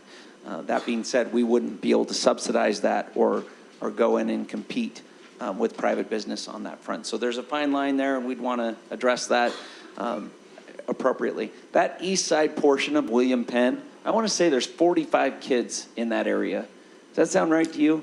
The one that is... The east side portion in a Mill Creek closure east of 1300 East. The overwhelming majority of that... There are about 40 students that live there, but only about 15 that do not already attend Penn. So that east side portion really isn't housing any Mill Creek students right now, which is why Population Analysis Committee looked at potentially shifting that over to William Penn permanently, right? So the... Work in Mill Creek for the DLI. Yes. Which would be forced then into William Penn, but we still need daycares that can bus to and from, and the daycares in that area that currently bus to and from William Penn are about twice as expensive as the ones that service Mill Creek. We are not currently zoned for either. I have my son on a special permit for the DLI program, and we won't be able to afford daycare before and after to attend the DLI at William Penn. I see what you're saying. I misunderstood that. So we'll track that comment. That's valuable feedback. Thank you. I'm going to come back here again, and then we'll come here. I just wanted to speak to the sentiment, as you had said, that that's an important piece to not just be numbers, but I appreciate that William Penn does have refugees bussed in. It's a different feeling to be the diversity brought in, like, okay. It's still, and I applaud diversity in all schools and the efforts that are being made to have that, but I think what I'm trying to portray in this sentiment is that I live in this area because I happen to have this opportunity to live in this area. It's much more affluent, but having the option of a diverse school because it's diverse and whoever can opt into that is great, but having it be parceled out to where now you're kind of forced to go to all these white schools and not feel like you are this actual minority. Having a school that's full of diversity takes away that feeling of the otherness that you often have when you're in a community that's a majority white. And I can only speak for that because that's my experience. But I know that that's the experience for many people who are in underrepresented communities coming into these schools. And so you have this richly diverse Mill Creek Elementary in a more affluent community with affordable options that have been built around that community, that all of a sudden everything goes away and the affluent schools are going to stay primarily with the same numbers that they have with, whatever smaller populations they can bring in that are diverse. But it's a totally different sentiment and feeling to be part of that diversity when you're just a small group versus an entire school that's been built around that. Thank you for clarifying that and following up on that. I wanted to make note, we didn't introduce Gaina. She's the most important part of this process. Any comment, any comment that gets made tonight? Of the operation right there. I'm checking my phone, but it's only because I'm checking the score for my son's baseball game, okay? She's actually taking notes over there for us and in our behalf. If you look on the data set that's on the website right now, we actually collated every comment that was made either via email or in a public meeting here in a situation like this, or made to email to any one of us or to our board members. All that got collated for our PAC committee to be able to analyze and also shared with the board, and the same thing will be done through this secondary process, this second half of the study. So any comment you make tonight is getting collated and tagged. Your name will be dropped from it if you shoot us an email, and some of those comments are not very nice, and it's still there because we want to make sure the public sees and knows what we're seeing and our understanding. If and by you've the way, seen- Karen Winder got off her phone call. We recognized you earlier. How are you doing? Thanks for being here. Ben, let me just add also, boundaries@graniteschools.org. That's the place to leave your comments and feedback, anything you want to leave. Our website, you've seen the QR codes posted here. They're also on our website, but the QR code, snap that, and that'll take you directly to our website with all this data. So if there's another data set, is there a question that you think we should be analyzing, that PAC should be analyzing? Let us know. We're happy to pull any sort of data. Maybe there's something we just haven't thought of yet that we should be analyzing as well. So right here. I would also say, coming from inner city Boston to Point Blank, an inner city school system, and I haven't even lived here a year, I've had teenagers come up to me and say, you know, oh my goodness, I can't believe so-and-so brought a gun to the middle school. So-and-so, you know, followed me into the bathroom and I just started my period. These are children who are point blank living in as close to an inner city school system, whether it be Moss, whether it be Mill Creek. I'm nowhere near Mill Creek, sorry guys. But, you know, seeing Moss up there as a school that's gonna close, these elementary schools are students with, you know, extremely diverse backgrounds that, no offense, you as a white gentleman would not understand. These are students where a lot of these parents are biracial. And, you know, I've had a child, you know, a preteen age, point blank tell me, I'm scared to tell my mother, and I'm just gonna tell you, please don't tell her this. But this boy followed me into the bathroom. And the only place that they feel safe is at these schools. Because, you know, I have nephews who are biracial, and they're like, oh my goodness, if I don't make the football team, I'll never make it to college. What am I gonna do? What am I gonna do? And they're going to teachers like you, who are, you know, similar to them, that they can connect with, and like you, who can understand and say, what am I gonna do if I don't get a sports scholarship?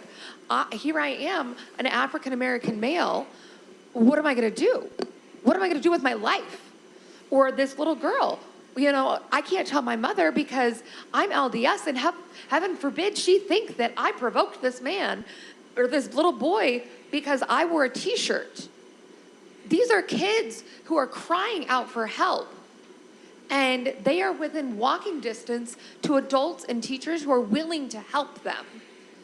And we are removing that help from them. And I mean, I haven't even lived here a year. I moved here 10 days before Christmas. And I see it every day in my own house. I only have a 6-year-old, and I have anywhere between 8 to 14-year-olds in my house telling me these things. I can only imagine what the teachers and what you guys hear, or what you overhear and from conversations. And I'm worried for the students that are not even, I mean, mine's only 6. And to have to hear that children are sneaking not only one gun, but there was a second gun that was snuck into school and wasn't found out at the middle school. And we're talking elementary schools. There have been multiple fights that are recorded and kids laugh about it. These school closures are going to affect all of their lives, just because you know, as a school district, I understand you need to make money, you need to pay our teachers deserve their pay.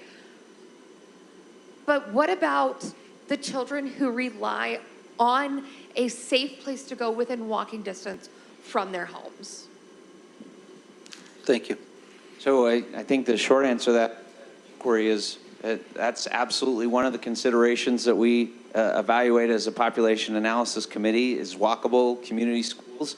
That's why we gave you the transportation maps. If you look at the option and the general summary that we're considering, we evaluated what potential transportation implications would be there. Walkable schools is one of those components and desires, creating a safe environment for every kid is the ultimate goal, regardless of the boundaried school or location. So no matter what happens at the end of the day, our commitment as educators is, no matter what we look like, is to ensure that every child feels safe and has a safe environment to attend to. It's a never-ending battle, an ongoing challenge. Ben, and we certainly work and live in a different era than we did even just a few years ago. If it's okay, I'm going to turn a second over to Mr. Gaddy. Dr. Gaddy is our Director of Transportation. Now, he can't sit and answer everything street by street, but I want him to give you the big 30,000-foot overview of some of the considerations in these studies. Yeah, I'll give you just kind of the thought to kind of wrap your head around, because eventually a decision gets made. And once that decision's made, then we start rolling out information on what qualifies for transportation. A lot of those questions don't get raised in these meetings because you're so desperately trying to fight for your neighborhood school, and I get that. A couple years ago, we closed Carl Sandburg Elementary, and I was a tiger. In fact, my mom and dad lived about 4 houses from there, so I get all of the angst in the room. But what happens, let's talk specifically about elementary, since y'all are here about elementaries. The way that the state law works and the way that state funding works is they take where your driveway meets the street in the middle of the street, and then we have this amazing software called GIS analytics software. And we have a person, and if you've ever met GIS folks, man, if you're having a hard time sleeping, I will have him call you, because they are very, very data-driven and analytical, and he could put anybody in this room to sleep. But what this GIS analytics software does is it knows, you know, that Big Brother's watching kind of thing? They know every walkable path, and it's programmed, it's coded into a computer system. And a lot of people will say, well, when I drive it, the state law is 1.5 miles for elementary kids, and yes, kindergarten. That's the state law. That's not Dave's law. That's the state law. That's what we get funding for. And so if your walking route is 1.49 or less, you don't qualify for transportation. If it's 1.50 or more, you qualify for transportation. Now, in some areas, we'll have like 3 kids that qualify for a bus. Woohoo! That means we don't pull up and let those 3 kids on and then peel out and leave the other kids to walk. We'll drop a courtesy stop in that area somewhere and pick up as many kids as we can put on a bus, right? Empty buses are bad optics, because people go, hey, aren't we... Now, just so you know, we got to pick the kids up somewhere, because I get a lot of crazy calls about, I see an empty bus, and we go, yep, we're on the way to pick them up. So we don't just drive around in empty buses all day. But that's the general 30,000-foot view of what transportation looks like and qualifies. Just so you know, I sit on the Population Analysis Committee, the PAC. And specifically, I'm there, and Steve will tell you, that GIS guy that we've just mentioned, we already have kind of gamed all of the transportation, and they're on little maps under the maps here on the options. And so we kind of know, like, hey, our GIS analytics tells us this area is eligible and this is how many kids live in that area that could go to that school. And so we're kind of about 10 chess moves ahead of you all, because we just assume every option happens and create the transportation overlays based on those 3 options. You can go look out there right now and see whether or not you qualify for a bus. One thing I will say, striking in this population study, and somebody asked the question about, well, it feels like these 3 schools are together. Who asked that? Somebody asked. You. Yeah, you asked that. And oddly enough, when we draw kind of those concentric rings around the schools that we start with, those are very rudimentary, because that's not exactly what transportation will roll out to be.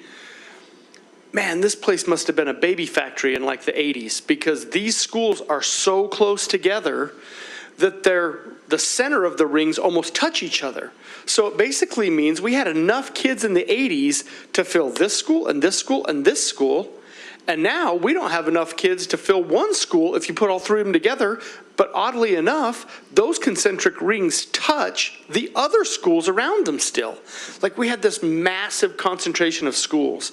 And so really it kind of comes down to you're either in the walkable boundary of one, or if we switch your boundary to the other one, you're in the walkable boundary to the other one. And so it really, I was very impressed by that. When we looked at our our further west side folks, that Stansbury, Hunter, Sandburg, Jackling area, those circles were nowhere near each other. So we had to bus a lot of kids when we closed one of those, right? This isn't as great as that. And so hopefully that's a good 30,000 square foot, 30,000 foot view of what transportation looks like.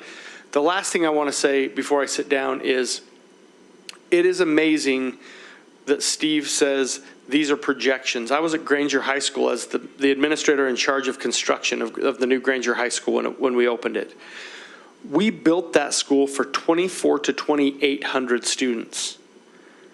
Can you imagine my surprise, day one of the new building, watching 3,350 kids walk through those doors?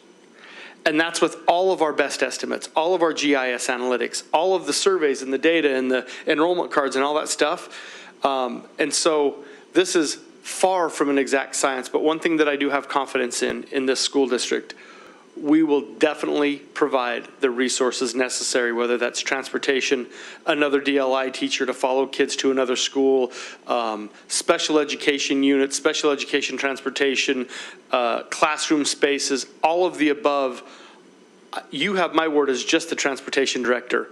There will not be a student for want when this is over. I realize all things aren't going to be awesome and not ideal, but the resources they need in the end will land where those kids land. So hopefully that gives you some ideas. Thanks for your time. Can you just talk about how you determine a safe walking route? Yeah, so good question. She says, how do you determine a safe walking route? Oh, Please. yep. How do you determine a safe walking route? I'm going to tell you just a brief story. I had a parent from another school boundary that says, this is not a safe walking route, right? It's not a safe walking route because I had to cross like 2700 South or something. So I was a new transportation director, and all of these I respond out to and I walk it myself, right? Well, it was interesting that in the middle of the summer when I was going over there to knock on the lady's door to talk about it, the child jumped on the bike and drove it across that same street to go play with their friend that they suddenly was unsafe at school passing time, right? So that's just a brief story, but here's the short answer. We utilize crossing guards. I'll tell you there are a couple of no-nos in our district. 700 East, we do our absolute level best to not have a single student cross 700 East on foot. 5300 South, again, our level best. Redwood Road and State Street. All of the other, well, obviously not Van Winkle. Clearly, we're not going to play Frogger on Van Winkle, right? Like that's super like almost highway speed. And so it kind of, think of it this way. If it's kind of your 35th South, we don't love it, but we have crossing guards, right? And we'll make sure that they're in place. We do it on 6200 South, we do it on 4100 South, we do it on 3500 South, we do it on 4700 South with crossing guards. There are some roads that lend themselves to be not safe no matter what you put on there, right? In some of those places, we get ped bridges that the cities and municipalities will invest in to get kids from one side to the other. And in other places, we use crossing guards, right? The one question I get a lot of is, well, what about the pedophiles that are on these walking routes? I get that question a lot. I bet you I get it 10 times a month. Somebody will call.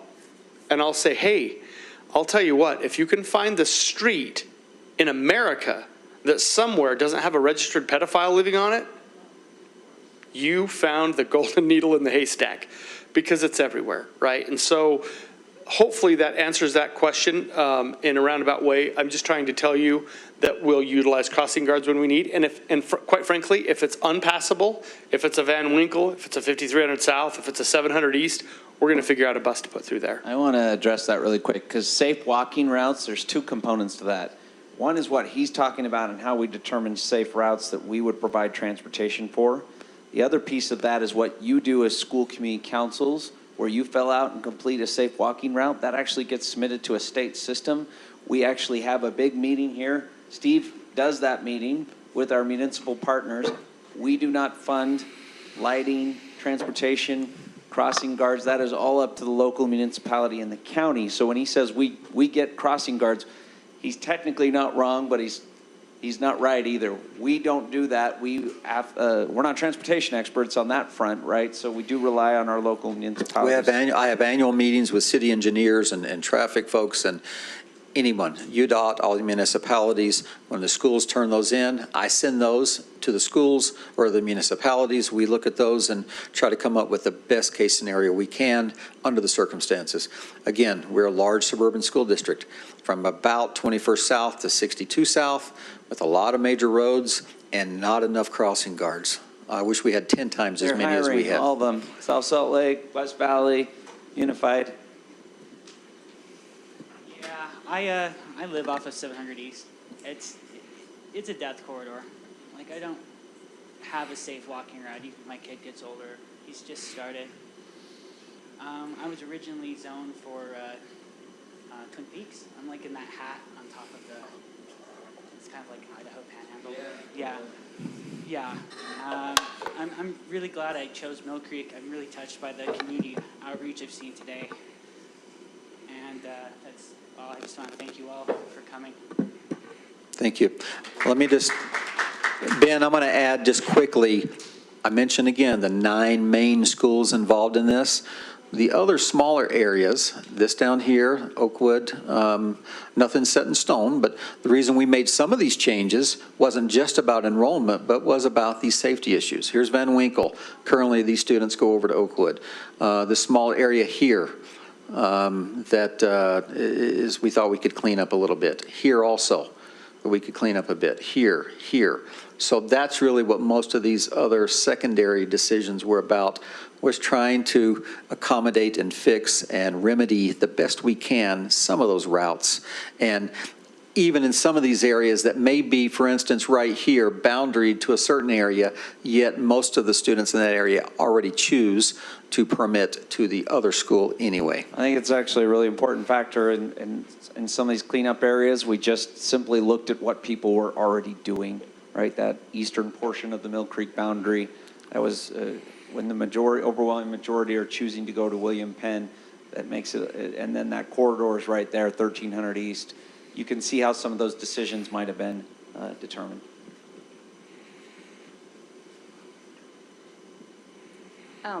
So I'm wondering if anyone here knows how many physical classrooms are at Mill Creek Elementary. I know the answer, but does anybody else? Oh, off the top of my head, I couldn't tell you. I've walked the school and done an assessment many times. It's one long hallway with a few relos out there, right. yes, yeah. Old school building. Yeah. So we have 32 classrooms, physical classrooms. And because we have low enrollment, I believe we have 14 homerooms, which leaves us with 18 classrooms, 2 occupied by our preschool that's on our campus. So then that leaves us with 16 classrooms. So again, like I just proposed, we have the space. We have the space, 16 times 30. What is that, over 300, right? 480, something like that? 480? 480 students. So again, if we can somehow find a solution to feed Mill Creek students, the space is there. Keep it in mind, there's a opposite side to every coin. You know, if we bring students to Mill Creek or any school, there's that, what happens to the school we're bringing them from. That's the balance we're trying to strike. You're right. There is room at Mill Creek to put more students, absolutely. There's room in a lot of these schools. In fact, that's the issue. And so it's like that, you know, when I was a kid, the Rubik's Cube, it's still around, but that was a game I used to play, and it took me a while to figure out when I first started it, that when you make a twist or a turn and fix one side, well, what happens to the other sides? there's a consequence, all the other sites. And that's the challenge when it comes to these is intended and sometimes unintended consequences of some of the decisions here. It is 8:40 at night, and Steve and I and some of these other folks are happy to stick around a little bit longer, but we're also sensitive to your time. We've been here for over 2 hours, and so we're going to go ahead and formally close the meeting at this point in time, but I saw a few more questions. So Steve and I will continue to hang out, and I'm sure some of the board members will also be around if you wanted to say hello to them. Boundaries at graniteschools.org. Thank you for your input. I'll take it.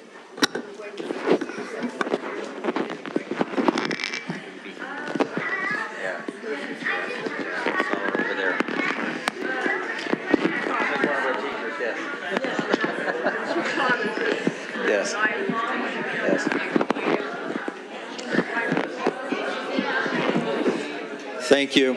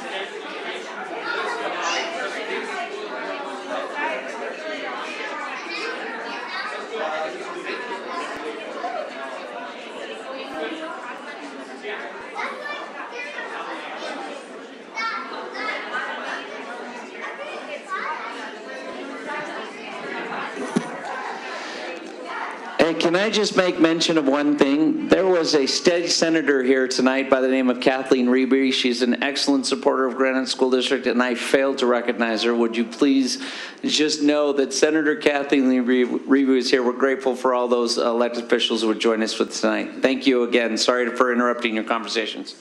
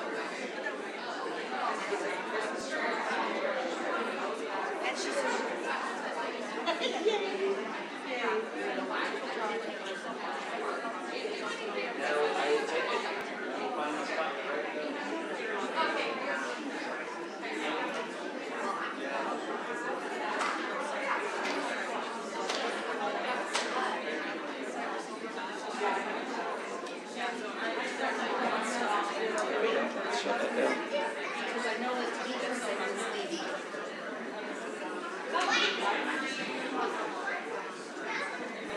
He thought you knew how to do it, but I said, show me right now, it's Saturdays, but.